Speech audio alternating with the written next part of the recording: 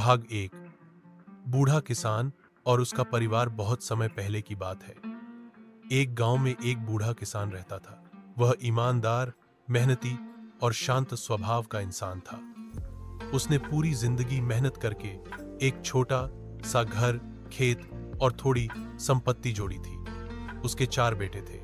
किसान चाहता था कि उसके बेटे आपस में प्यार से रहें, मिलकर काम करें और एक दूसरे का साथ दें। लेकिन अफसोस, उसके बेटे हमेशा आपस में झगड़ते रहते थे। कोई कहता, मैंने सबसे ज्यादा काम किया है। कोई कहता, मुझे बड़ा हिस्सा चाहिए। कभी कभी वे बिना कारण भी लड़ पड़ते।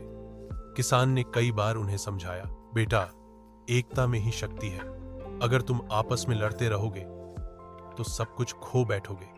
लेकिन बेटों ने कभी उसकी बातों पर ध्यान नहीं दिया।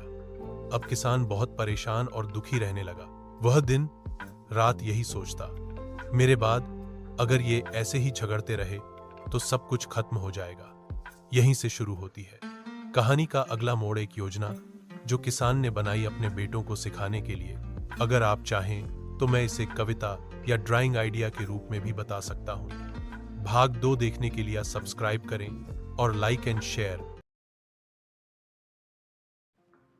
किसान की चिंता। बूढ़ा किसान अपने बेटों की लड़ाई और आपसी दुश्मनी देखकर बहुत दुखी रहने लगा।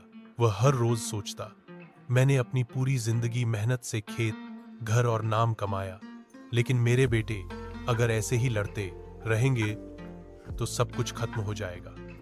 उसे दिन रात एक ही चिंता सताने लगी, मेरे बाद कौन इस घर और खेती को संभालेगा? क्या ये सब अलग हो जाएंगे और अकेले रहकर हार जाएंगे? फिर एक दिन किसान ने एक योजना यानी प्लान बनाई। उसने सोचा, मेरे समझाने से तो ये मानते नहीं, अब मैं इन्हें ऐसा सबक सिखाऊंगा जो ये कभी नहीं भूलेंगे।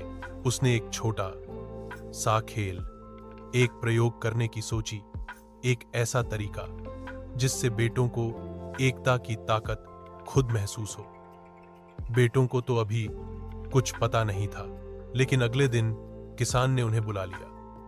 भाग 3, लकड़ियों का प्रयोग। आगे देखने के लिए लाइक शेयर करें। लकड़ियों का प्रयोग। अगली सुबह किसान ने अपने चारों बेटों को अपने पास बुलाया।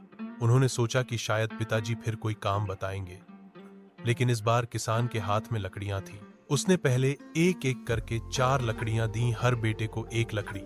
फिर वह बोला, इन लकड़ियों को तोड़कर दिखाओ। बेटे हंसते हुए बोले, यह तो बहुत आसान है। उन्होंने तुरंत अपनी अपनी लकड़ियां आसानी से तोड़ दी। किसान फिर मुस्कुराया। अब उसने 4 नई लकड़ियां ली और उन्हें एक साथ बांध दिया, एक मजबूत गठरी बंडल बना दी। फिर उसने कहा, अब ये बंधी हुई लकड़ियां तोड़कर दिखाओ। बेटों ने बारी बारी से बहुत कोशिश की, कभी घुटनों पर दबाया, कभी दोनों हाथों से मोड़ने की कोशिश की, लेकिन कोई भी उसे नहीं तोड़ सका। अब बेटे हैरान हो गए। उन्होंने कहा, पिताजी, ये नहीं टूट रही। किसान का चेहरा गंभीर लेकिन शांत था। अब वह उन्हें देने वाला था एक जरूरी सीख। अब बताओ, क्या हम बढ़ें? भाग 4, किसान की सीख की ओर। किसान की सीख। जब बेटों ने गठरी नहीं तोड़ पाई, तब किसान ने शांत आवाज में कहा, बेटा, ये लकड़ियां तुम लोगों जैसे ही हैं। जब तुम अलग अलग थे तो जैसे इन लकड़ियों को आसानी से तोड़ दिया गया, वैसे ही कोई भी तुम में से एक को नुकसान पहुंचा सकता है। लेकिन जब तुम सब एक साथ बंधे हो, एकजुट हो, तो कोई तुम्हें हरा नहीं सकता। इस गठरी को कोई नहीं तोड़ सका। बेटे चुपचाप खड़े रहे। अब उन्हें अपने पिता की बात समझ में आ रही थी।